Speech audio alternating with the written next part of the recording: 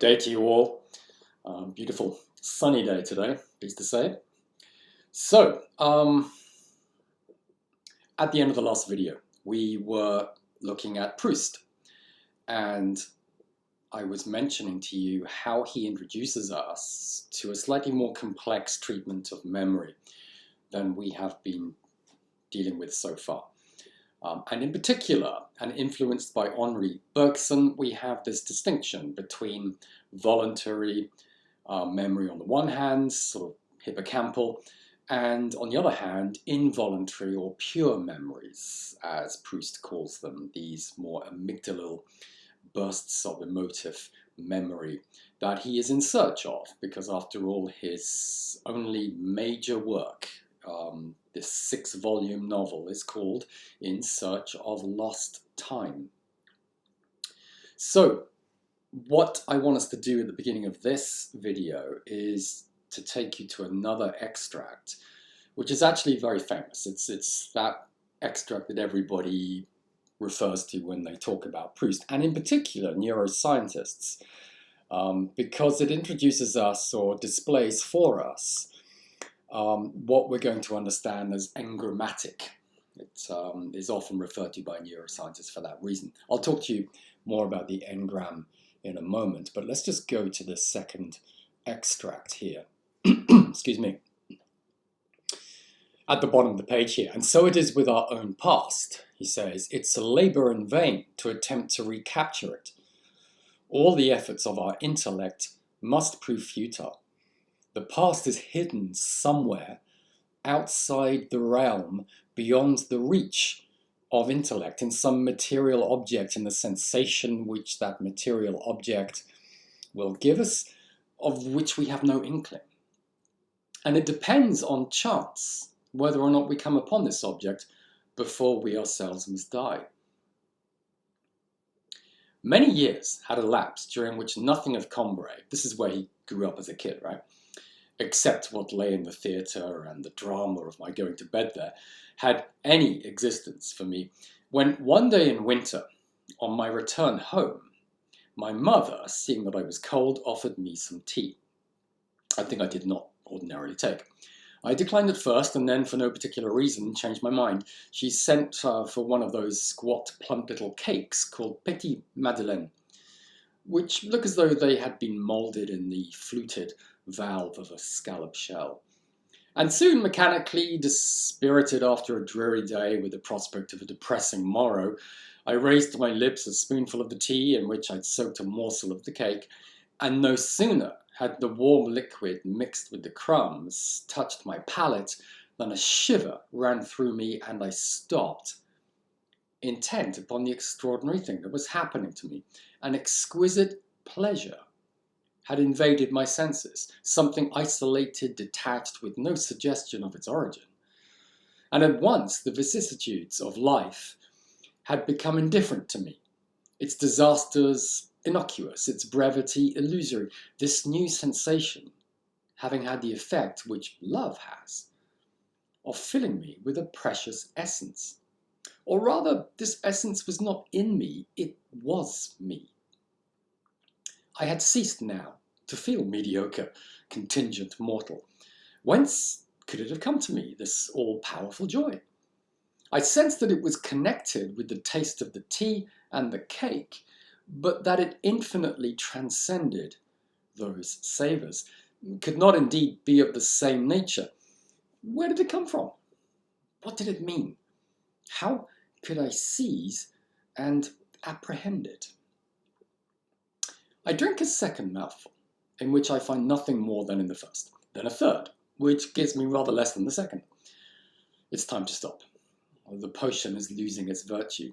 It's plain that the truth I'm seeking lies not in the cup, but in myself. The drink has called it into being, but does not know it, and can only repeat indefinitely, with a progressive diminution of strength, the same message which I cannot interpret, though I hope at least to be able to call it forth again, and to find it there presently, intact and at my disposal for my final enlightenment.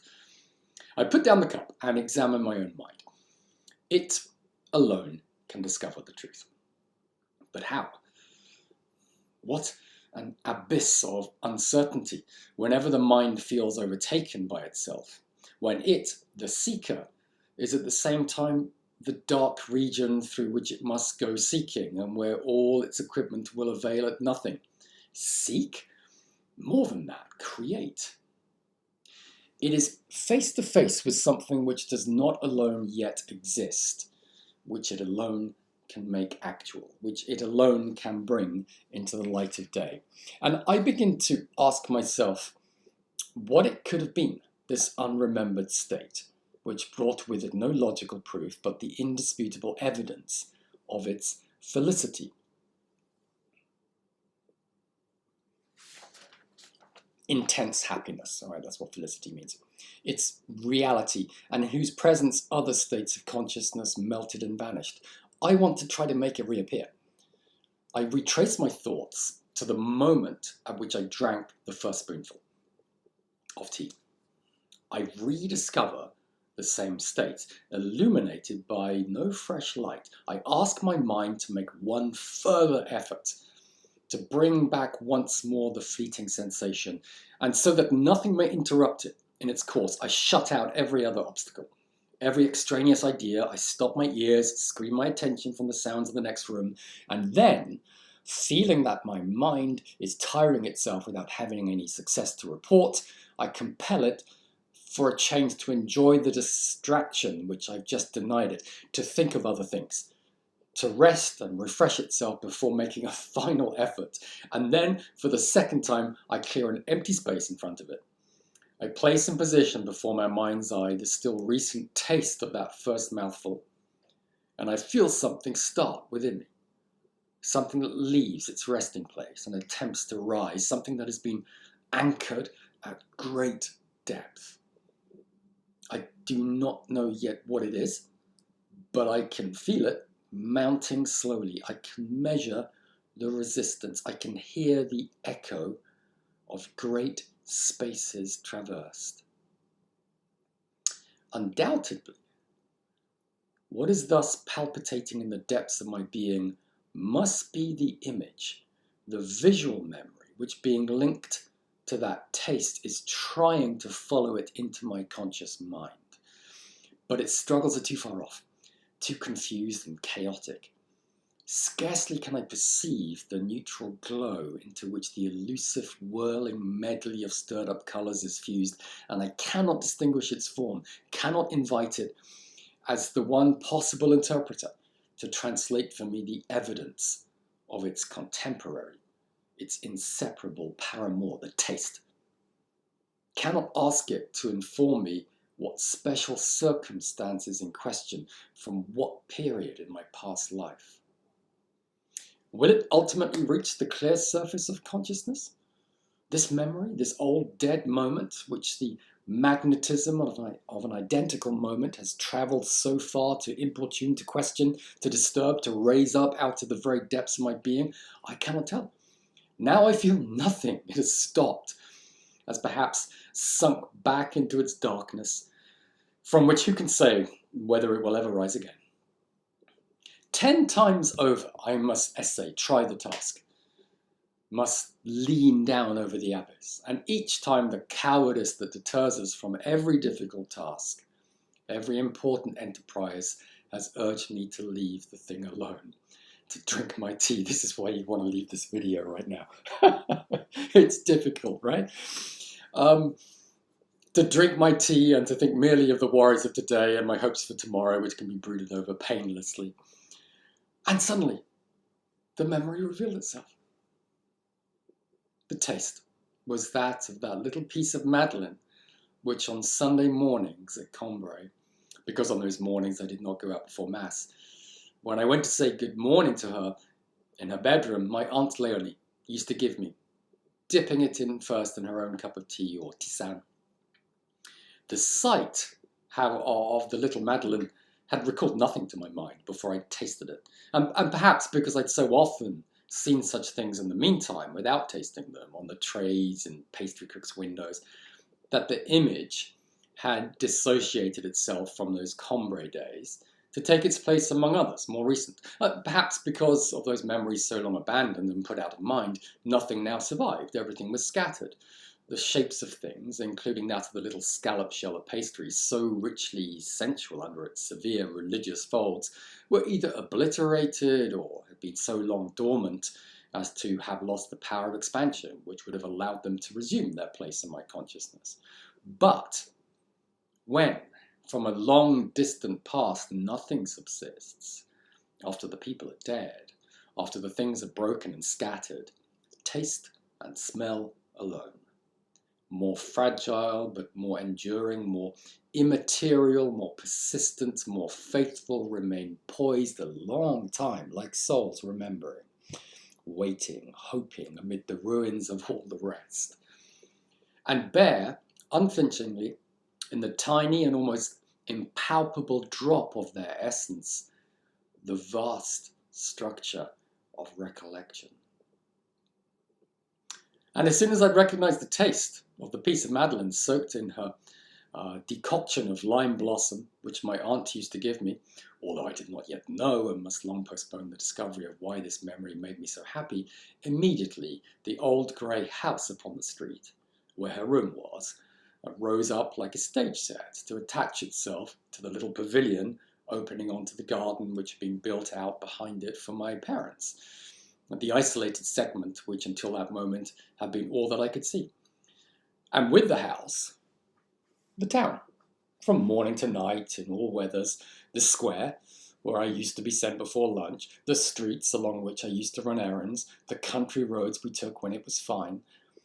And as in the game wherein the Japanese amuse themselves by filling a porcelain bowl with water and steeping in it little pieces of paper which until then are without character or form, but the moment they become wet, stretch and twist and take on colour and distinctive shape, become flowers or houses or people, solid and recognisable. So in that moment, all the flowers in our garden and in Mr. Swan's park, and the water lilies on the Vivonne, and the good folk of the village, and their little dwellings, and the parish church, and the whole of Combray and its surroundings, taking shape and solidity, sprang into being. Town and gardens alike, from my cup of tea. Okay, so now, what can we discern from this? What can we draw from this extract? Firstly, Proust is not just writing down his memories in a way that we are familiar with so far in this course. In fact, I would broaden that to say in a way that romantics and symbolists do. They just kind of give their memories. What Proust is doing is writing about having memories. He's one of the first to do that, certainly with this kind of forensic attention to detail. And more specifically, I think what we can say is we've got someone, Proust, a writer, sitting in bed with his little tea tray on, balanced on his legs, and he is sort of hippocampally, voluntarily writing about a moment of involuntary memory, the tasting of this Madeleine with the tea, which in turn took him back to an even further distant past, if you like, the original origin of the memory. And so we've got a process which is engaging, to begin with, the hippocampus, shall we say, or this voluntary setting out to remember something, and then it's kind of hooking up or connecting with this involuntary process or amygdalal process. It reminds me of extract 1, which I'm not going to read in full again, but just go back to that.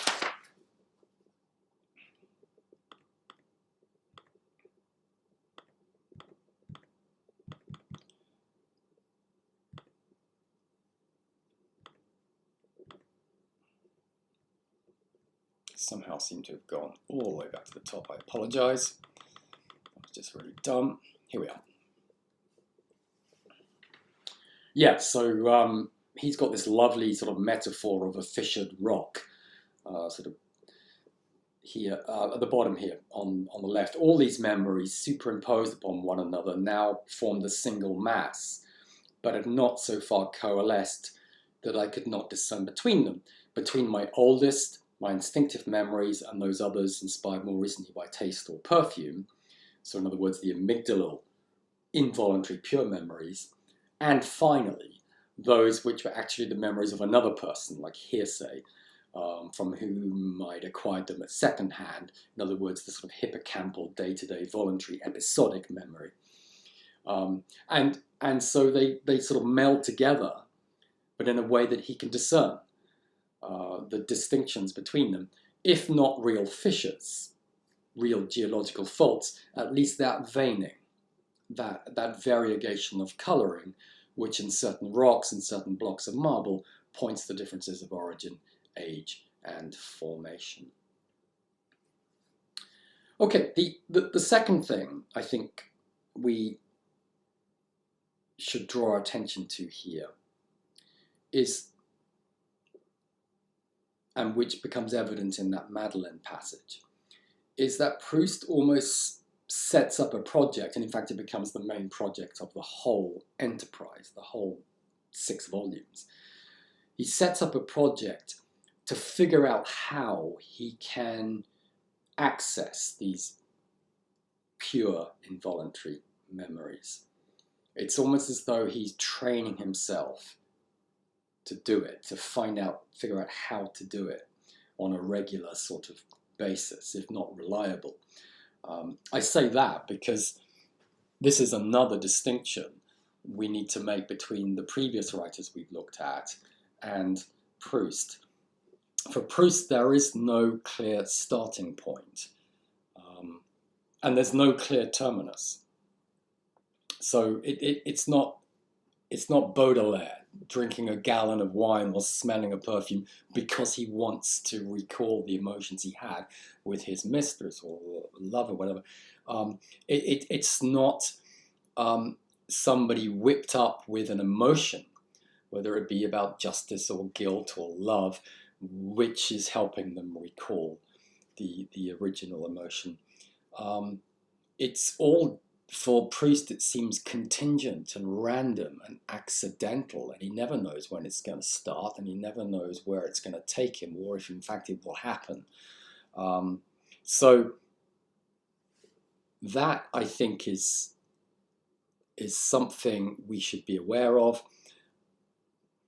We should also note the way in which he is almost dismissive of voluntary memory, which I think he associates with dry, arid, day-to-day thoughts.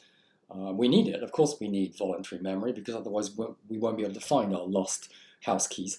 But for him, this is not what excites him. What excites him are these sort of nuggets of gold, these pure memory moments. And what we discover also, I think, reading this extract, the Madeleine extract, is that insofar as he's launching himself on this project, trying to figure out how to do this, he realizes that the triggers are sensory and specifically to do with the olfactory, the gustatory, and the tactile. So if we just go back and look at this, here we are. 61, 2/3 of the way down, he says, I want to try to make it reappear. So there's the project. That's the moment early in the first novel, first volume, where he says, that's basically what we're going to be doing now for the next 6 volumes. And then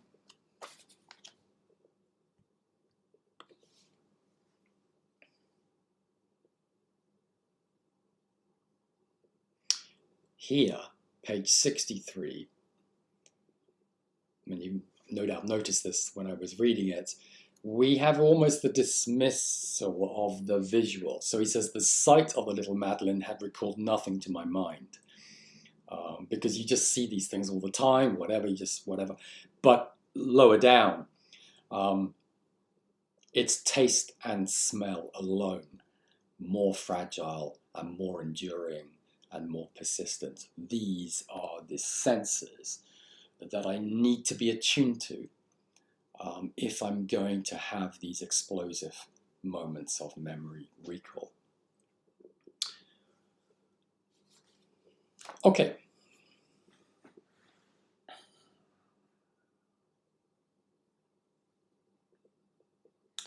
Elsewhere, Proust writes about how these memory experiences, like the one he had with the Madeleine, are dug in him. That's the word he uses. They're dug in him like mysterious furrows. So a furrow, of course, is that groove you make in the earth with a plow. Okay, so they sort of dug in him like that. And this is very suggestive of what neuroscientists today would call the engram. Now, the engram is something we associate with an essay written by Carl Lashley back in the 1950s. And it's still, of course, hazy and arguably unresearched and unclear, but although a great deal of work has been done on it.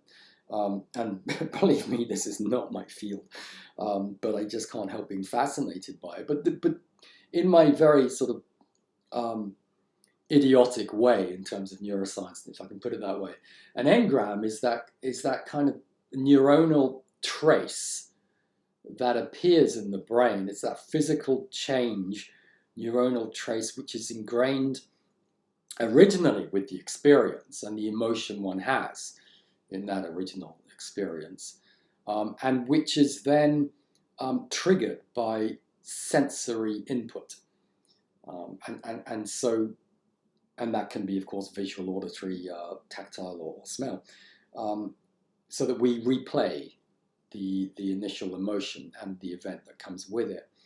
Now, Proust calls these moments, these Madeleine moments, if I can put it like that, reminiscences. So that's his word, but his reminiscence is pretty much an engram. That's what he's talking about in modern parlance. And that also takes us to the modern neuroscientific notion of cue retrieval, which is a nice sort of phrase which captures what's going on here, isn't it? So you're cued up by something, by in this case, the taste of something. And it helps you to retrieve what happened and the emotion attaching to what happened in the past. So as he progresses through these 6 volumes, and so much is going on in his recollection and accounts of encounters with other people and the events of the day and blah, blah, blah, he becomes more and more skilled or adept at sort of understanding or picking up on these triggers, these cue retrievals, and enjoying the process of the retrieval and of what comes up. Although, of course, what comes up could be fearful. It could be something that was angst-ridden. In Proust's case, it appears that he had a quite blissful childhood, and that's key to understanding his character and everything that he did as a writer. I'll come back to that a bit later. By the time we get to the 6th volume, he's quite skilled at this, trained himself to be. And we have a passage in which there's a conflation of 3 events where he has reminiscences which are very powerful. Little sort of engrammatic, explosive moments of the past appear to him, and he experiences again. So that's what I want to turn to now with extract 5. Just bear with me, I'll find it in my text here.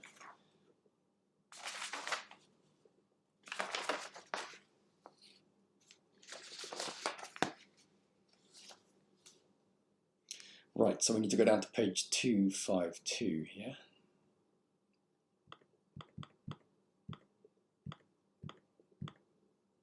There we are.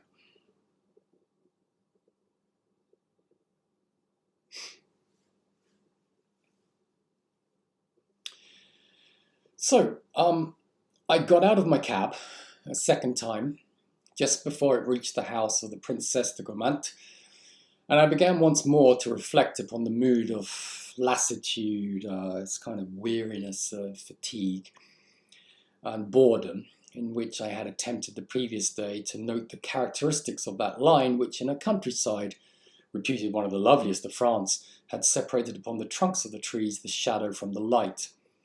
So the day before, he'd been traveling in the countryside, and he'd been trying, as a writer, because he's trying to be a novelist, he tried to sort of describe the scene, and he just failed. This is what he's talking about here. Certainly the reasoned conclusions which I'd drawn at the time did not cause me so much pain today. They were unchanged, but at the moment, as on every occasion when I found myself torn from my habits in a new place or going out on an unaccustomed hour, I was feeling a lively pleasure.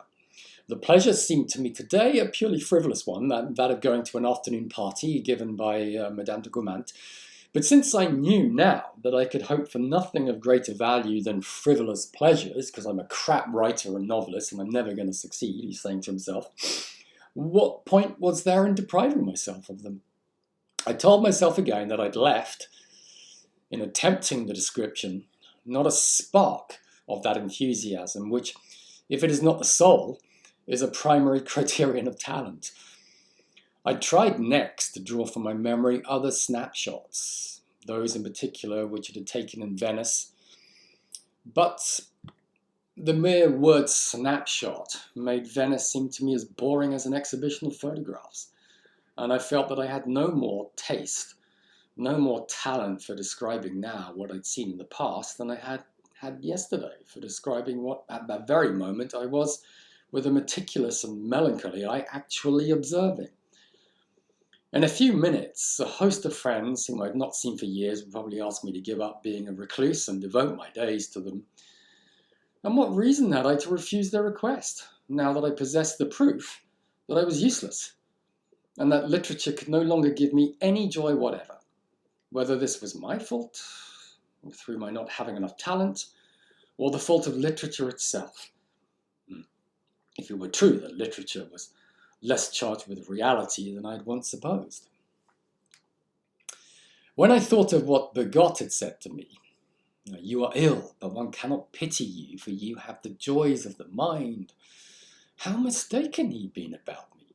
How little joy there was in this sterile lucidity. Even as sometimes perhaps I had pleasures, not of the mind. I sacrificed them always to one woman after another, so that had fate granted me another 100 years of life and sound health as well, it would merely have added a series of extensions to an already tedious existence, which there seemed to be no point of prolonging at all, still less for any great length of time. As for the joys of the intelligence, could I call by that name those cold observations which my clairvoyant eye or my power of accurate ratiocination made without any pleasure, and which remained always infertile?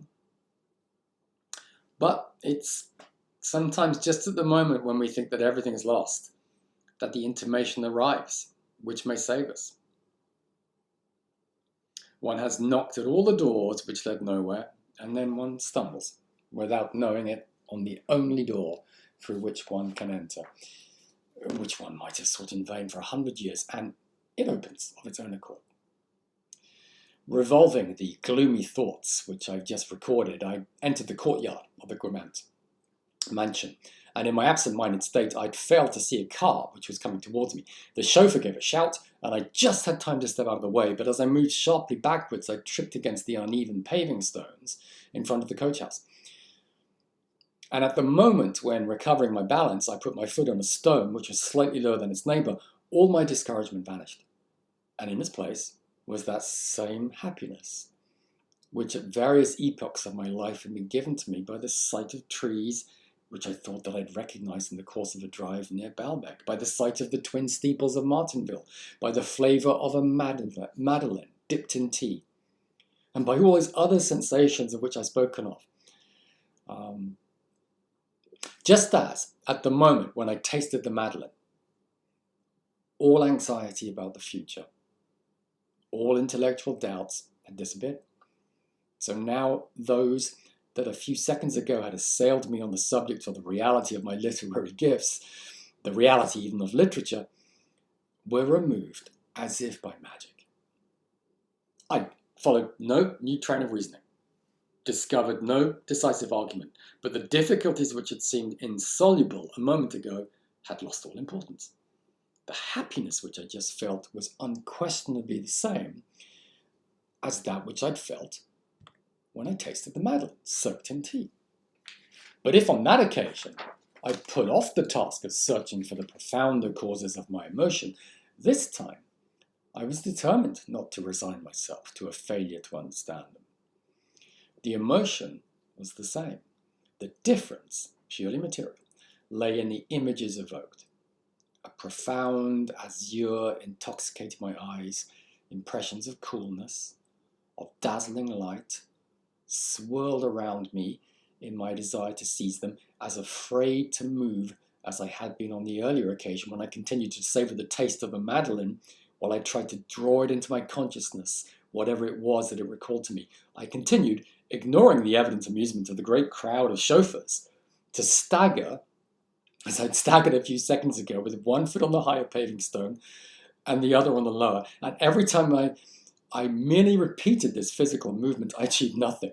But if I succeeded, forgetting the gourmand party, in recapturing what I'd felt when I first placed my feet on the ground in this way, again the dazzling and indistinct vision fluttered near me as if to say, "Seize me as I pass you if can, and try to solve the riddle of happiness which I set you." And almost at once I recognized the vision. It was Venice, of which my efforts to describe it and the supposed snapshots taken by my memory had never taught me anything, but which the sensation which I had once experienced as I stood upon two uneven stones in the baptistry of St. Mark's had, recurring a moment ago, restored to me complete, with all the other sensations linked on that day to that particular sensation, all of which had been waiting in their place, from which was imperious suddenness a chance happening had caused them to emerge in the series of forgotten days. In the same way that the taste of the little Madeleine had recalled Combray to me. But why had the images of Combray and of Venice at these two different moments given me a joy which was like a certainty and which sufficed without any other proof to make death a matter of indifference to me? Still asking myself this question, and determined to find the answer to it, I entered the gourmand mansion, because always we give precedence over the inner task that we have to perform to the outward role we are playing, which was for me at this moment that of guest. But when I got upstairs, a butler requested me to wait for a few minutes in the little sitting room used as a library next to the room where the refreshments were being served until the end of the piece of music which was being played, the princess having given orders for the doors to be kept shut during its performance. And at that very moment, a second intimation came to reinforce the one which had been given to me by the two uneven paving stones, and to exhort me to persevere in my task. A servant, trying unsuccessfully not to make a noise, chanced to knock a spoon against the plate. And again, that same species of happiness which had come to me from the uneven paving stones poured into me. The sensation was again of great heat, but entirely different. Heat combined with a whiff of smoke and relieved by the cool smell of forest background, and I recognized that what seemed to me now so delightful was that same row of trees which I had found boring, tedious, both to observe and to describe, but which I had just now, for a moment, in a sort of daze, I seemed to be in the railway carriage again, opening a bottle of beer, supposed to be before my eyes so forcibly, had the identical noise of the spoon knocking against the plate given me, until I had time to remember where I was. The illusion of the noise of the hammer with which a railwayman had done something similar to the wheel of the train while we were stopped near the little wood. And then it seemed as though the signs which were to bring me on this day of all days out of my disheartened state and restore to me my faith in literature, were thronging eagerly about me. For a butler, who had long been in the service of the Prince de Guermantes, having recognised me and brought to me in the library where I was waiting, so that I might not have to go to the buffet, a selection of petit four and a glass of orangeade, I wiped my mouth with the napkin which he'd given me, and instantly, as though I'd been the character in the Arabian Nights who unwittingly accomplishes the very rites which can cause to appear visible to him alone a docile genie, ready to convey him to a great distance, a new vision of azure passed before my eyes. But an azure that this time was pure and saline, salty, and swelled into blue and bosomy undulations. And so strong was this impression that the moment to which I was transported seemed to be the present moment, more bemused than on the day when I'd wondered whether I was really going to be received by the Princesse de Guermantes, or whether everything around me would not collapse. I thought the servant had just opened the window onto the beach, and that all things invited me to go down and stroll along the promenade, while the tide was high, for the napkin which I'd used to wipe my mouth had precisely the same degree of stiffness and starchness as the towel with which I'd found it so awkward to dry my face as I stood in front of the window on the first day of my arrival at Balbec. And this napkin now, in the library of the Prince de Guermantes' house, unfolded for me, concealed within its smooth surfaces and its folds, the plumage of an ocean green and blue like the tail of a peacock. And what I found myself enjoying was not merely these colours, but a whole instant of my life on whose summit they rested. An instant which had been no doubt an aspiration towards them, and which some feeling of fatigue or sadness had perhaps prevented me from enjoying at Balbec, but which now, freed from what is necessarily imperfect in external perception, pure and disembodied, caused me to swell with happiness. So, 3 engrammatic cue retrieval moments. Page 255, the cobblestones taking him back to Venice. Page 257, the knocking of the spoon by the waiter, which reminded him of the railway man knocking the wheel of the train the day before. Thirdly, somebody giving him a towel in the library, and it takes him back to the towel that he first encountered when he was a boy on this seaside town. And then all these sort of emotions connecting to each event. These are the examples you can use if you want to write about Proust, or if you need to write about Proust in your midterm. Okay, they're easy, right? It's easy. But a key point that I want to make here, and it's something he's referred to many times in these extracts, is that these engrammatic reminiscences, these explosions of pure involuntary memory, have the effect of effacing time. So this, in a sense, is Proust escaping the present in the reliving of these emotive moments in the past. And I think it's helpful to go to extract 6 here,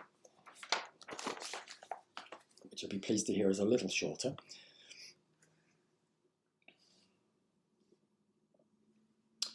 Over all these thoughts, I skimmed rapidly, for another inquiry demanded my attention more imperiously, the inquiry which on previous occasions I postponed, into the cause of this happiness which I just experienced, into the character of the certitude with which it imposed itself.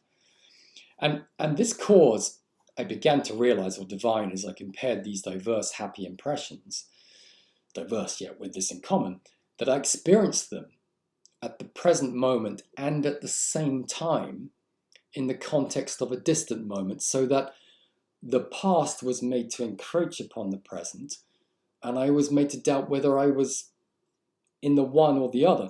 I mean, the truth surely was that the being within me which had enjoyed these impressions had enjoyed them because they had in them something that was common to a day long past and to the present.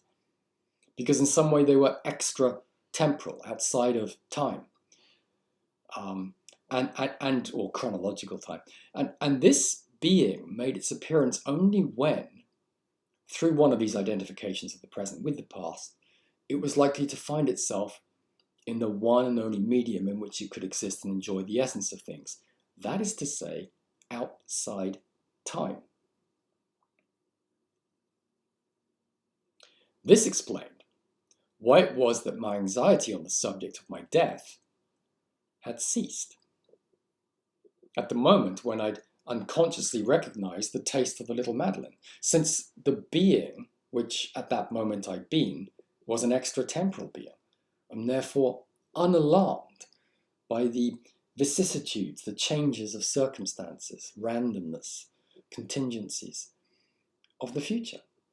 And this being had only come to me, only manifested itself outside of activity and immediate enjoyment on those rare occasions when the miracle of an analogy had made me escape from the present.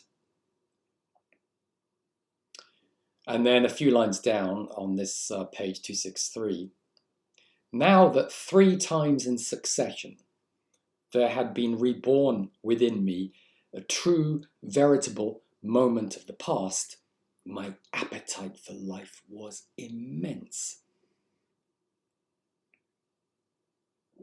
A moment of the past, did I say? Was it not perhaps very much more something that, common both to the past and to the present, is much more essential than either of them?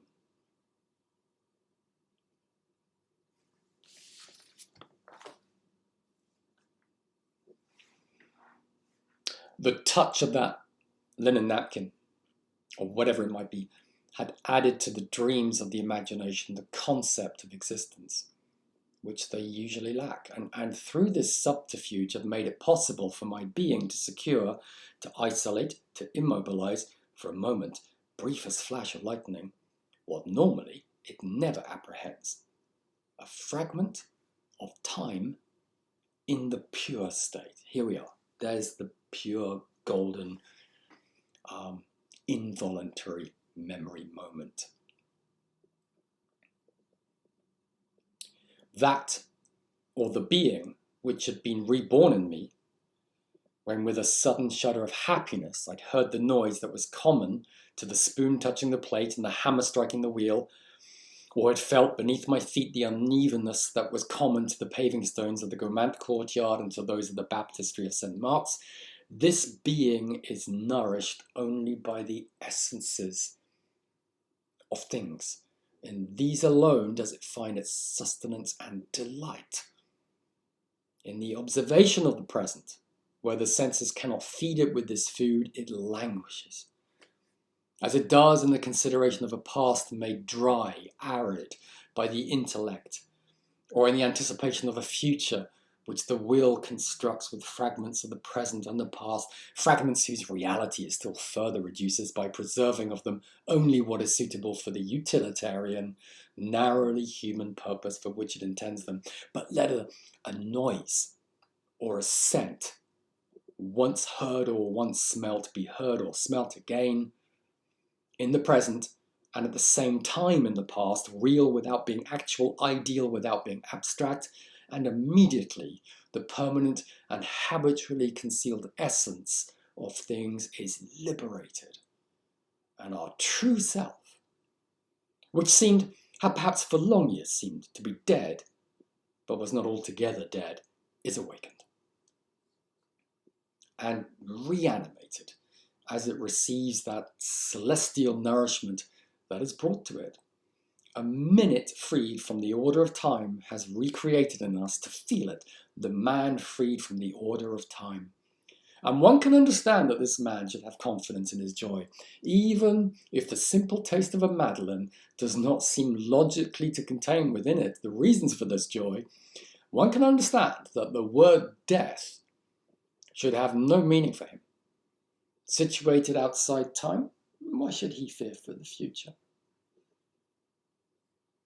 But this species of optical illusion, which placed beside me a moment of the past that was incompatible with the present, could not last for long. The images presented to us by the voluntary memory can, it is true, be prolonged at will, for the voluntary memory requires no more exertion on our part than turning over the pages of a picture book. So you can see how dismissive he is of that dry, arid, voluntary memory process. In this extract that I just read here, we understand that for Proust, these moments of engrammatic recall are almost orgasmic. This is the kind of lightning blast he's experiencing, this thrill he's experiencing when he has these experiences. And here's something else. Reading this passage, I finally understood this guy and why he spent the last few years of his life in his bedroom. And it's not, as I said in the previous video, it's not because he was agoraphobic. It's not because he was antisocial at all. He was continually on the phone and writing letters to his friends, and they might come to see him, but he wouldn't leave his bed. He wouldn't leave his bedroom. Why? Why would you? Why would you need to? And why would you be bothered about dying or mortality or anything like that? Because what he's arrived at, almost Zen-like in a sense, is this ability to just draw from his immediate surroundings sensations that will give him these little blippy, lightning orgasmic moments of pleasure.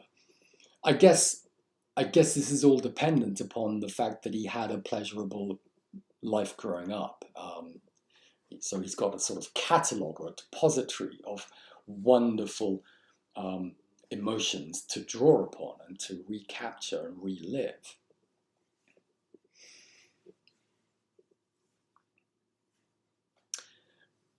The next thing to say here is that for Proust, the writing down of this project, or the project itself, and then the writing down of it, constitutes for him art. That is what art is. Look what he says here. No doubt the process of decipherment was difficult, but only by accomplishing it could one arrive at whatever truth there was to read. For the truths which the intellect apprehends directly in the world of full and unimpeded light are something less profound, less necessary than those which life communicates to us against our will, in an impression which is material because it enters us through the senses, but yet has a spiritual meaning which it is possible for us to extract. In fact, both in the one case and in the other, whether I was concerned with impressions like the one which I received from the sight of the steeples of Martinville, or the reminiscences like the unevenness of the two steps or the taste of the Madeleine, the task was to interpret the given sensations as signs of so many laws and ideas by trying to think, that is to say, to draw forth from the shadow what I'd merely felt, by trying to convert it into its spiritual equivalent. And this method, which seemed to me the sole method, what was it but the creation of a work of art?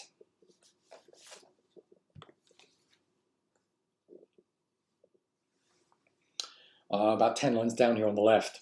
I realized that this must be the mark of their authenticity. I'd not gone in search of the two uneven paving stones of the courtyard upon which I'd stumbled. But it was precisely the fortuitous and inevitable fashion in which this and the other sensations had been encountered that proved the trueness of the past which they brought back to life, of the images which they released. Since we feel, with these sensations, the effort that they make to climb back towards the light, feel in ourselves the joy of rediscovering what is real. And here too was the proof of the trueness of the whole picture formed out of those contemporaneous impressions which the first sensation brings back in its train. As for the inner book of unknown symbols sort of carved in relief that they might have been, which my attention, as it explored my unconscious, groped for and stumbled against and followed the contours of, like a diver exploring the ocean bed. That's a lovely image, isn't it? If I tried to read them, no one could help me with any rules, for to read them was an act of creation in which no one can do our work for us or even collaborate with us. And how many for this reason turn aside from writing? What tasks do men not take upon themselves in order to evade this task?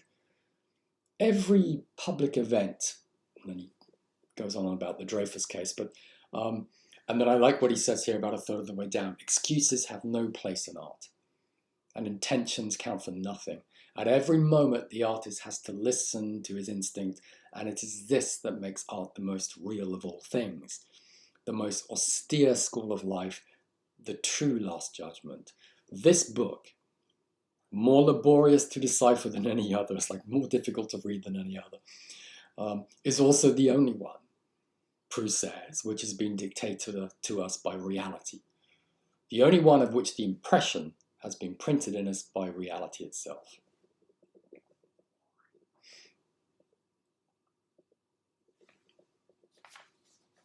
Okay, finally, in this video, I want to look at another memory process that Proust introduces us to in these volumes. And this takes us to the hippocampal voluntary process of memory recall, which, you know, he's dismissive of, yes, but which is also a fundamental part of our lives, our daily lives. And in this, he is taking us to what we will refer to in the next video as associative memory. This is the memory explored by modernist writers as we move into the early 20th century and you know, more up to date. And the focus here is more on language and on word clusters and how they operate in the retrieval process and in our subconscious. So to introduce us to this, there's a nice passage in one of the middle volumes where the narrator is writing down an interaction he had with his lover, Albertine. And the context here, she's a feisty character indeed. The context here is that they've been invited to a party. So hang on, I need page 52, let's go up a bit.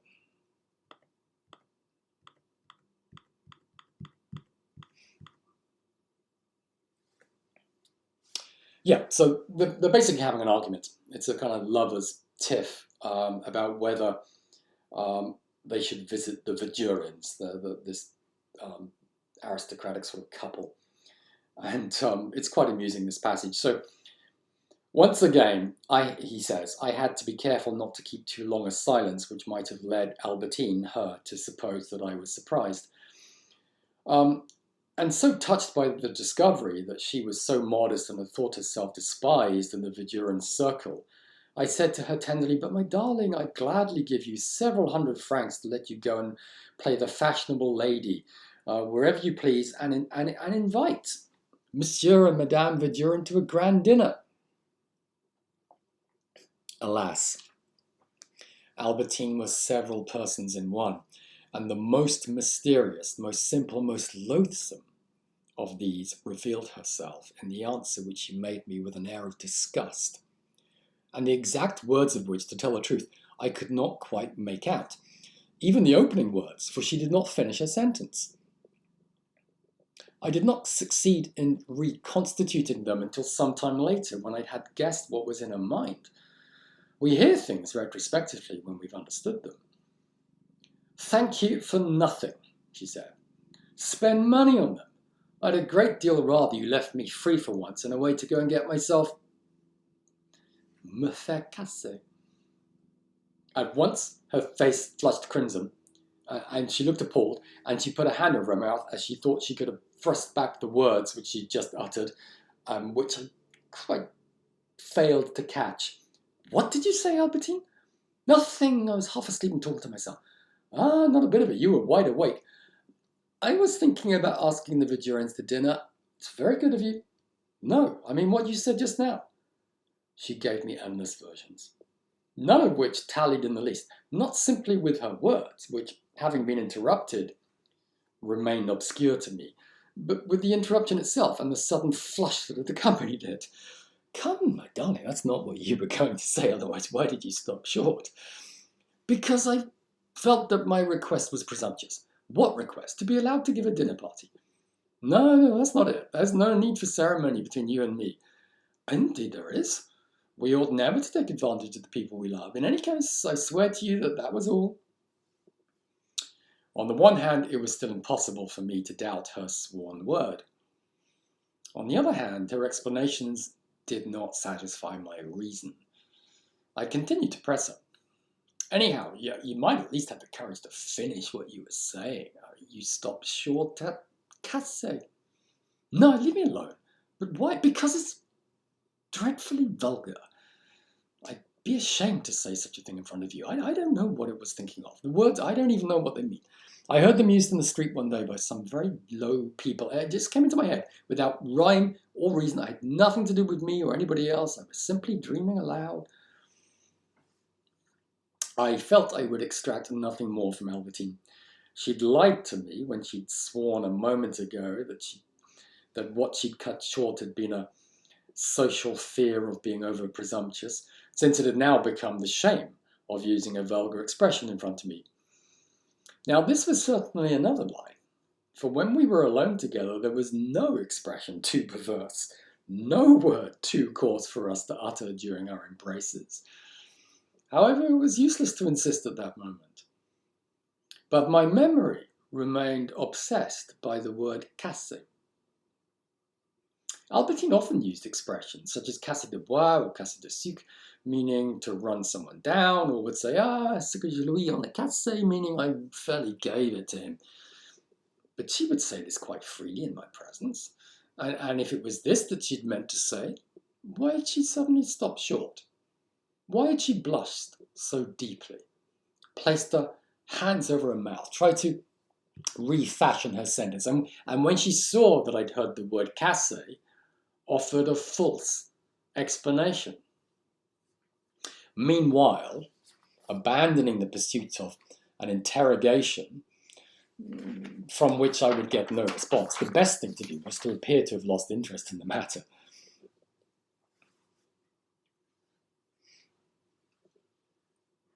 And retracing my thoughts to Albertine's reproaches to me for having gone to the mistresses, I said to her somewhat clumsily, making indeed a sort of stupid excuse for my conduct, actually, I'd been meaning to ask you to come to the Vigurians' party this evening. A remark that was doubly maladroit, for I meant it, since I saw it all the time. Why wouldn't I have suggested it? Furious at my lie, and emboldened by my timidity, you should have gone on asking me for 1,000 years, she said, and I'd never have consented. These people have always been against me. They've done everything they could to mortify me. There was nothing I didn't do for Madame Vigurian at Balbec, and look at the thanks I get. If she summoned me to her deathbed, I wouldn't go. There are some things it's impossible to forgive. As for you, it's the first time you've behaved badly to me. When Françoise told me you'd gone out, and she enjoyed telling me, all right, I'd sooner have had my skull split down the middle. I tried not to show any sign, but never in my life have I felt so grossly insulted.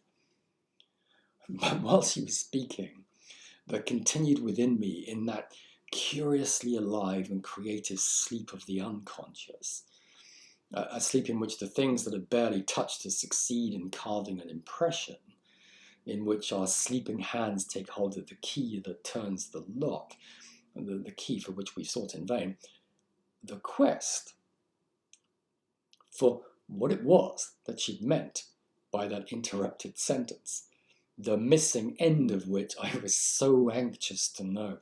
All of a sudden, an appalling word, of which I'd never dreamed, burst upon me. Le pot.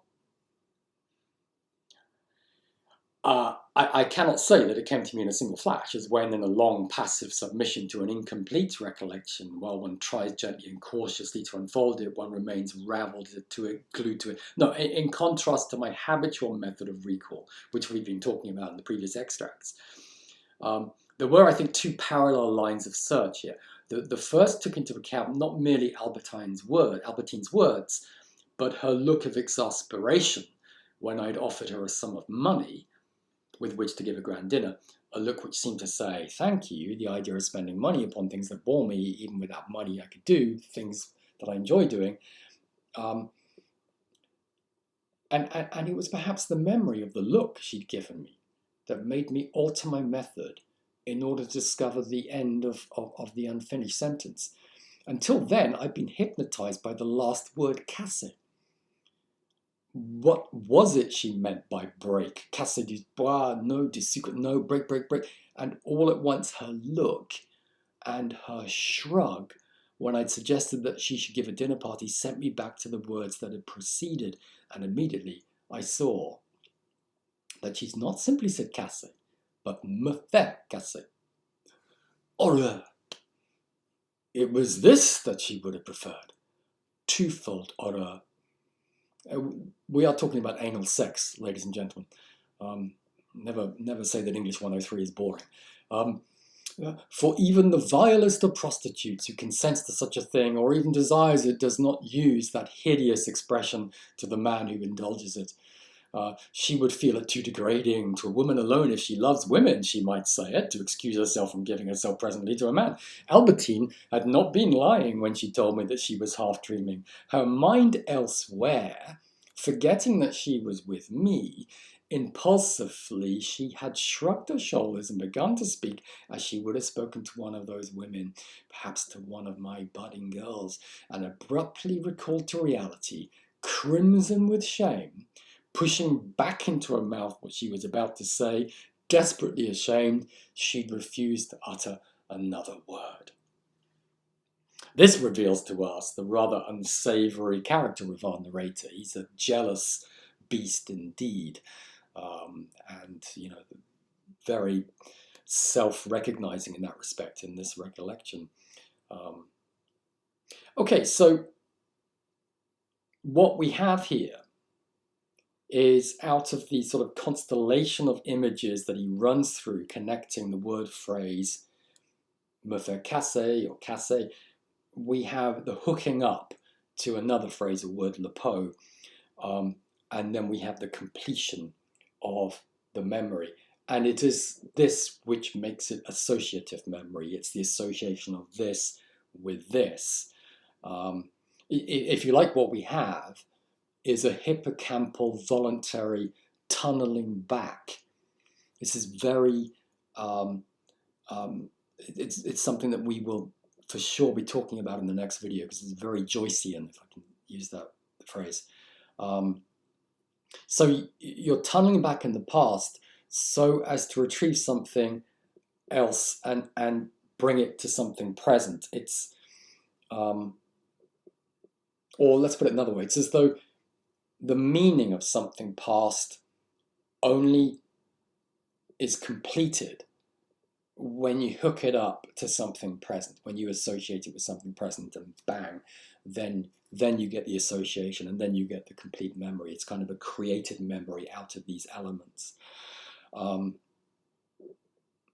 So this is what we're going to find with the modernist text that we start to look at, and with the portrait of an artist as a young man, because this is pretty much the process that defines the operation of memory in the first 4 chapters of that novel. So that's what we go to next. There will be a quiz, really easy, and I'll see you next time. Okay, bye for now.